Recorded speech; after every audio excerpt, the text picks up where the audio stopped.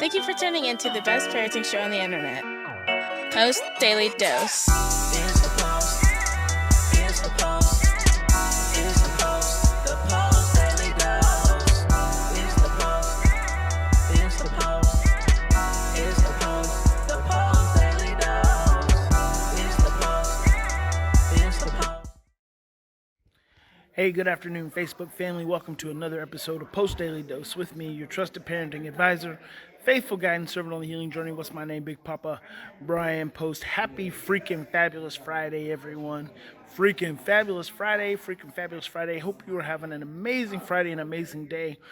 I am here at Foursquare Church in Crescent City. We've been spent a whole day from 9 to 5 getting in some training with our coaches and people that serve families up here in Northern California. So we just wrapped up. Just perfect timing to hop up on here and chop it up with you guys for just a moment.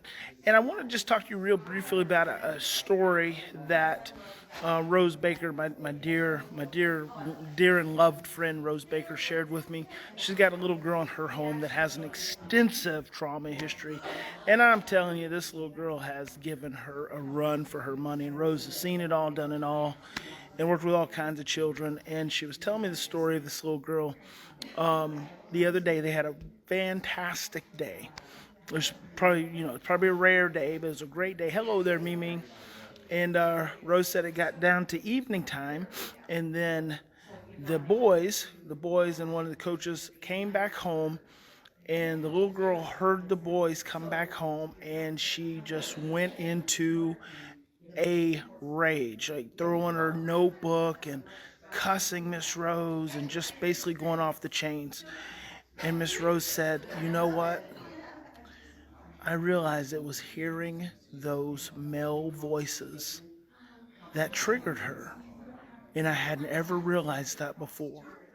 That those voices, even though they came from voices of men who had not done anything bad to her before, they were threats. And those threats triggered her that quick and caused her to go from having a great day to having a terrible series of moments. And it just kind of escalated, but I think she eventually got it under control. But the point is that we don't always know what's underneath the surface for our children and also for us. Hey, Leslie, glad it's been a great Friday for you. We always have a tendency to look at the surface behavior without exploring and thinking about what's underneath. Who would have imagined that hearing male voices was the trigger that led to the big evening-long outburst? But if you think about it, see, and this is the thing. This is being tuned in, and this is a beautiful thing, actually. And I've talked about this before. When you are regulated and you keep your stress levels down, you can be more attuned to your children. When you're stressed, you can't be attuned. Your attunement radar turns off. And so because they had a good day, Miss Rose was really tuned in that moment when that little girl heard those male voices, and then she went into a trauma, really a post-traumatic stress event. Because Miss Rose was tuned in, she was able to see and hear something that she had not seen and heard before. And that truly can be a life-changing, life-altering experience. See, here's the thing. Hey, what's up, Colton Davis? Here's the thing.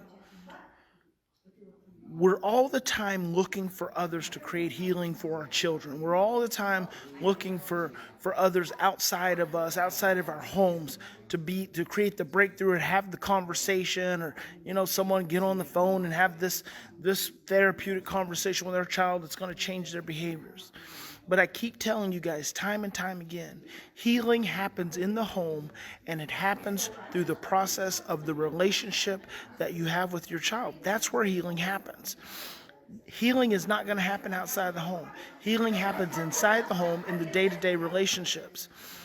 Miss Rose's ability to be regulated in that moment and to listen to her child as opposed to reacting to the behavior is what allowed her to have an eye-opening experience that from this time forward could change everything.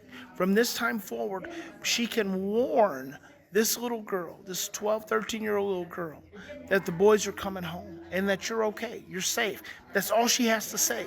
And all of a sudden, the little girl starts to have an internal experience that says, just because I hear male voices does not mean I am at risk.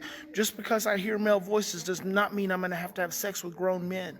Just because I have male voices does not mean I am going to be in pain or in danger.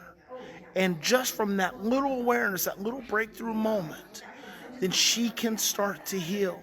And she can start to see and hear and think about male voices in a different way.